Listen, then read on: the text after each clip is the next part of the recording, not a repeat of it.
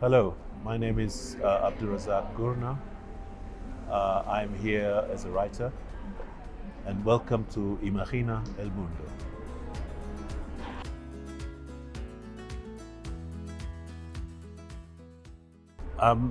I was interested in afterlives to see how it is that people cope with trauma. And trauma comes in many different forms.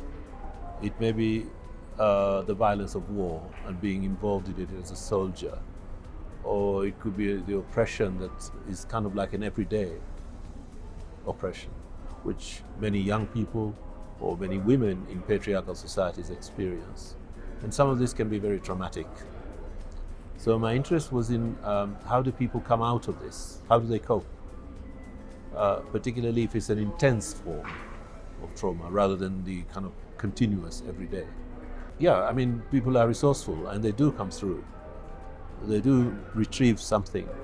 So that was my central idea, as well as to write about that episode of the 1914-1918 war, First World War, as it's called, and how it happened in our part of the world, in what was then called Dojo East Africa or East Africa, which has not been written about very much, really. When, particularly in the West and in Europe, when people speak about the First World War, they speak about what happened in Europe, and they don't always remember that the reason it's called a World War is because there were many different places where this war between European nations was being fought out. Sometimes actually using mercenaries from those places, Africans, Indians. So it was also that was interesting to me.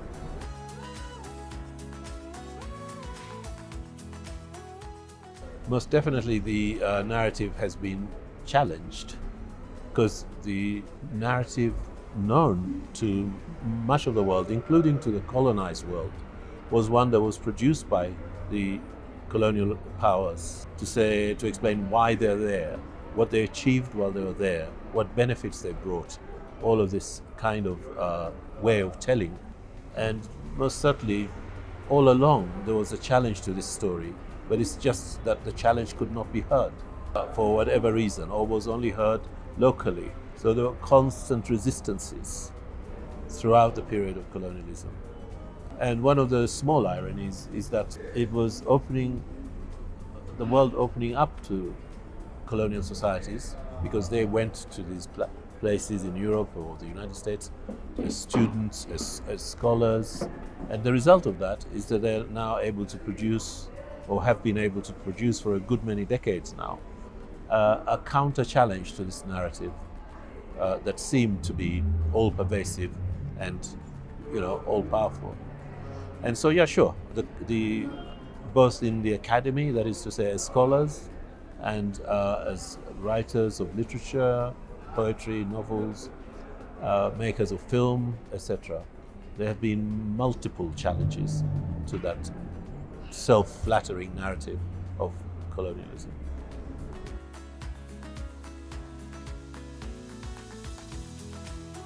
I expect it has not, because, movements of people or displacements of people is part of human history, centuries of it, people moving from one place to another. And I expect that that kind of division that displacement brings about, that is to say, I'm from somewhere else, but I live here, and the kind of division within the person, or if not division, then at least an awareness of another place, I expect that has been with us forever. That is not something new. But now the difference is that we move so rapidly from one place to another. So it's not a gradual process. You come from Zanzibar and you go and live in the UK. It's a different world in many ways. So it becomes more acute. The memory of one place is strong.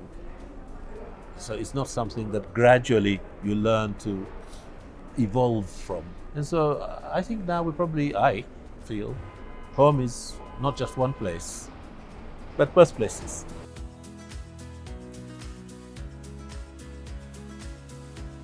Yeah, well, the Basque have a different, rather embattled, embattled would be a good word, I think, condition with regard to language, because they have two powerful bodies, the French language and Castilian language, both of which are trying to kind of like, it seemed, or it must feel, as if they're trying to impose themselves and deny the Basqueness of the Basque.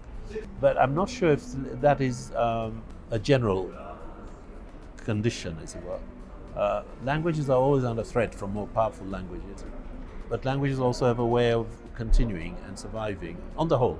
I know languages die every day, apparently, the linguists tell us, but say my language is Kiswahili, and it's not going to die any day soon.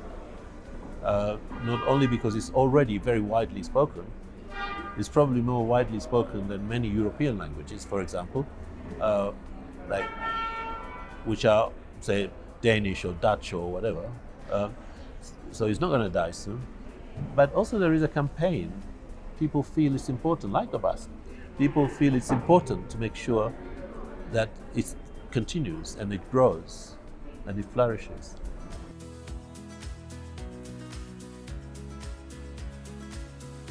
Excellent. I've really enjoyed, not only because you see parallels, but also I've learned a great deal from just being the environment, the cities themselves, and of course also the people that I've met, the writers and the readers. It's been excellent. It's been a real experience.